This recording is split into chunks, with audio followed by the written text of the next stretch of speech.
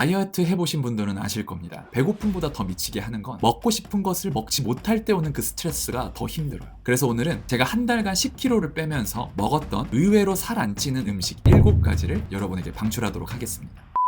먼저 여러분은 살이 찌는 원리를 이해를 하셔야 됩니다. 단순히 살이 찐다는 건 몸이 커진다라는 얘기가 아니에요. 우리가 근육이 많은 보디빌더들을 볼 때 몸이 크다고 해서 그분들에게 살이 쪘다고 말을 하나요? 아니죠. 살이 쪘다는 건 결국 지방이 우리 몸에 많이 쌓였다는 말과 같습니다. 그럼 지방은 어떻게 쌓일까요? 결과적으로 말씀을 드리면 우리의 주 에너지원인 당이 먹은 만큼 쓰이지 못했을 때 이것이 지방으로 전환되어 우리 몸에 저장되게 되는 거예요. 쉽게 설명해 드릴게요. 우리가 오늘 10의 당을 먹었습니다. 근데 우리가 8밖에는 안 쓴 거예요. 그럼 2g의 당은 지방으로 전환되어 우리 몸에 저장을 해놓게 됩니다.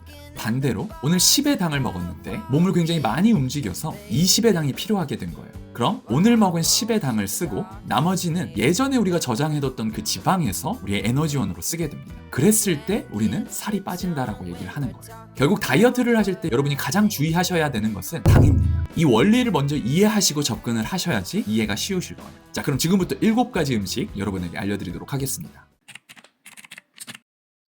제가 가장 좋아하는 고기 중에 하나예요. 실제로 제가 다이어트 할 때 일주일에 2번, 3번은 항상 먹었던 고기이기도 합니다. 오리고기는 다른 고기들과 단백질 함유량은 비슷합니다. 100g당 20g 내외예요. 근데 오리고기에는 특별히 불포화 지방산이 굉장히 많이 포함되어 있습니다. 지방에는 포화지방과 불포화지방으로 나뉩니다. 포화지방은 대부분의 육고기에 들어있는 지방들이에요. 상온에 놔뒀을 때 딱딱하게 굳는 기름들을 보신 적이 있으실 거예요. 이런 기름들은 우리 혈관 건강에 굉장히 좋지 않습니다. 하지만 불포화지방, 오메가3, 6와 같은 불포화지방은 상온에서도 액체 형태로 남아있게 됩니다. 이는 우리 심혈관뿐만 아니라 두뇌, 눈 건강에도 굉장히 도움을 주는 기름들이에요. 근데 이 오리고기에는 이 불포화 지방이 특히 다른 고기들보다도 월등히 많이 함유되어 있기 때문에 여러분이 다이어트 하실 때 꼭 제가 추천드리는 고기이기도 합니다.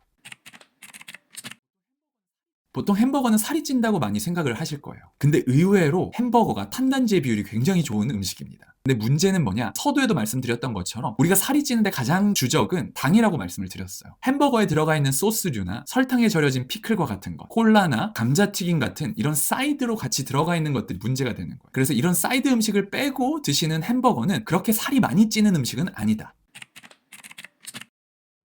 모든 한국인의 소울 푸드이죠. 치킨. 당연히 밀가루로 튀긴 프라이드 치킨이나 당 범벅인 양념 치킨은 좋지 않죠. 그런데 우리 치킨 중에도 구운 치킨, 전기구이 치킨, 백숙과 같은 탄수화물이나 당이 들어가 있지 않은 치킨은 단백질 그 자체예요. 죄책감 없이 드셔도 무방한 굉장히 좋은 음식이라는 것.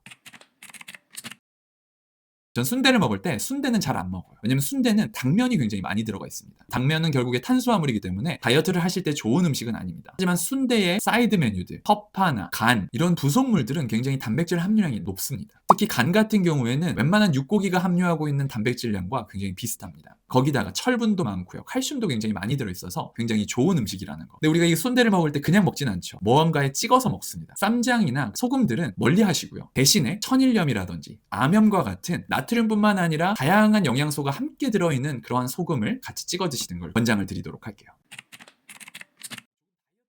조금 다이어트를 해보신 분들은 이렇게 말씀을 하실 거예요. 초밥에 있는 밥이 초와 그리고 설탕 범벅인데 이게 어떻게 다이어트에 좋아요? 틀린 말은 아닙니다. 초밥의 밥은 조미된 밥이기 때문에 좋지 않은 건 사실입니다. 하지만 근데 그거에 비해서 생선에서 우리가 얻을 수 있는 단백질과 오메가3가 너무 커요. 밥의 양이 많진 않습니다. 적당한 초밥은 단백질과 오메가3, 탄수화물 함께 섭취를 할 수 있기 때문에 그렇게까지 나쁜 음식은 아니라는 거.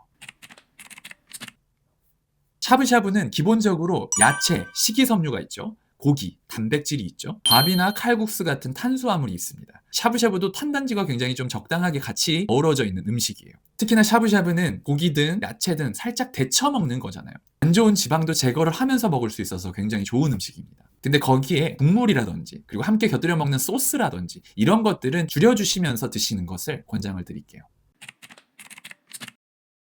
다이어트를 할 때는 특히나 달고 맵고 짜고 이런 음식들이 생각이 나요.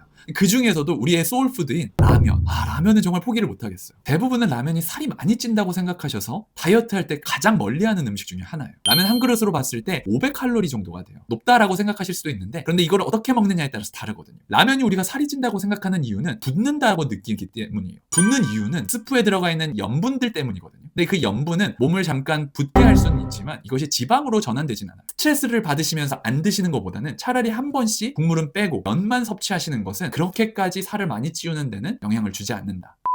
위에 알려드린 이 음식들은요, 물론 매일 먹는 건 좋지 않습니다. 하지만 우리가 다이어트를 하면서 한 번씩 먹고 싶은 음식이 있는데 그것을 못 먹을 때 오는 그 스트레스는 결국에 쌓여서 나중에는 요요로까지 이어지게 돼요. 그래서 적당하게 먹으면서 다이어트를 유지해 가시는 게 훨씬 여러분 정신 건강에도 좋고 이것을 오랫동안 지속해 가실 수가 있습니다. 그렇게 되면 제가 계속해서 말씀드리는 것처럼 건강한 습관을 들이는 게 너무너무 중요하다고 했잖아요. 스트레스를 최대한 없애야지만이 이것을 우리가 습관화할 수가 있게 돼요. 그래서 여러분 다이어트를 하실 때 한 번씩 이런 음식들은 먹어도 그렇게 큰 영향을 주지 않기 때문에 조금은 죄책감에서 자유롭게 이 음식들을 조금씩 섭취하시면서 다이어트를 하시는 것을 추천을 드리도록 하겠습니다. 오늘 영상이 도움이 되셨다면 구독과 좋아요 부탁드리고요. 다음 영상에서는 우리가 다이어트를 할 때 가장 피해야 하는 음식들을 여러분에게 소개해 드리도록 하겠습니다. 오늘 시청해 주셔서 감사합니다.